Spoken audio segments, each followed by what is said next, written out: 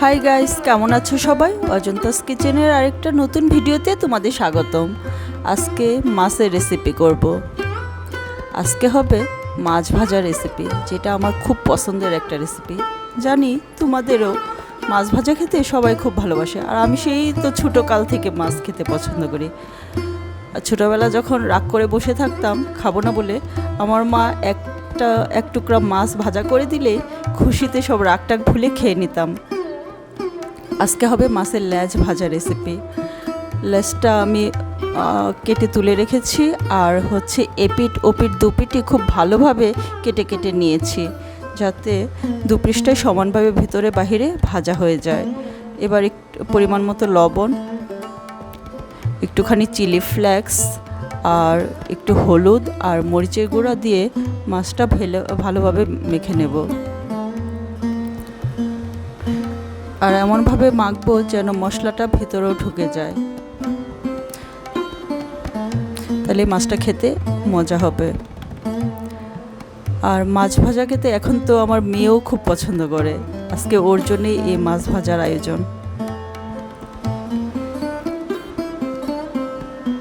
মরিচের গুঁড়ো দিয়ে দিলাম। এবার আমি এটা খুব ভালোভাবে মেখে নেব। কাটা অংশগুলোতেও ভালোভাবে মশলাটা যেন ঢুকে যায়, এই জন্য আমি খুব ভালোভাবে মেখে নিচ্ছি। এরপর এই মাছ ভাজার জন্যে পরবর্তীতে আমি আরেকটা ব্যাটার তৈরি করে নেব, যেটা মাছ ভাজাটাকে অনেক মজা করবে। মাছ ভাজা খেতে তো সবাই খুব পছন্দ করে, আর মাছ ভাজা যেভাবেই করা হোক না কেন সেটাই খুব মজা লাগে। আর এইভাবে করলে মাছ ভাজা সত্যিই খুব দুর্দান্ত হয়, একবার ট্রাই করে দেখতে পারেন।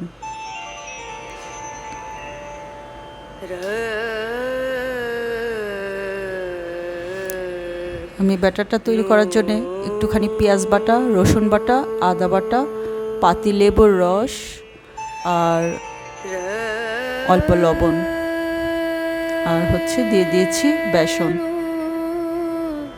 এখানে আমি এক্সট্রা কোনো জল দিইনি। পেঁয়াজ রসুন বাটার যে জল আছে তাতে করেই ব্যাটারটা ভালোভাবে গোলা হয়ে যাবে। আমার ব্যাটারটা তৈরি হয়ে গেছে। এবার আমি মাছটাতে বেশি করে ব্যাটারটা সব সাইডে ভালোভাবে মেখে নেব।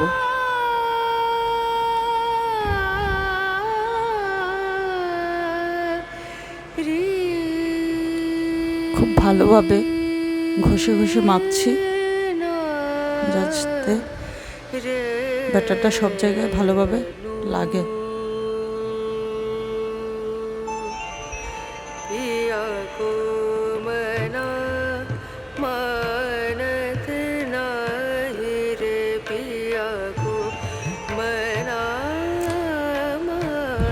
মাছটা ভালোভাবে মেখে আমি আধা ঘন্টার জন্য ম্যারিনেট করে রাখবো।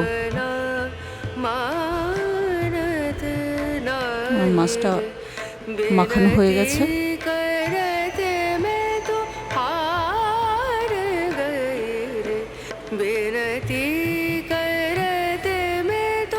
আমি ফ্রাই প্যানে তেল আগে থেকে গরম করে রেখেছিলাম। এবার মাছটা দিয়ে দিচ্ছি। এরপর আমি চুলার আঁচ কমিয়ে আস্তে আস্তে মাছটা ভেজে নেব, যেন ভিতরে বাহিরে সব দিকে সমানভাবে ভাজা হয়ে যায়। কারণ বেশি হিটে ভাজলে মাছটা উপর দিকে ভাজা হয়ে যাবে, ভিতরে কাঁচাই থেকে যাবে। এবার আমি মাছটা উল্টে পাল্টে সব দিকে সমানভাবে ভালোভাবে ভেজে নেব।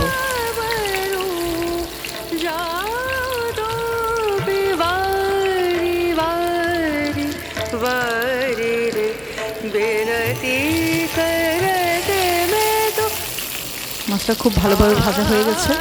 আজকে এই মাছের লেজ ভাজা দিয়েই হবে দুপুরের লাঞ্চ।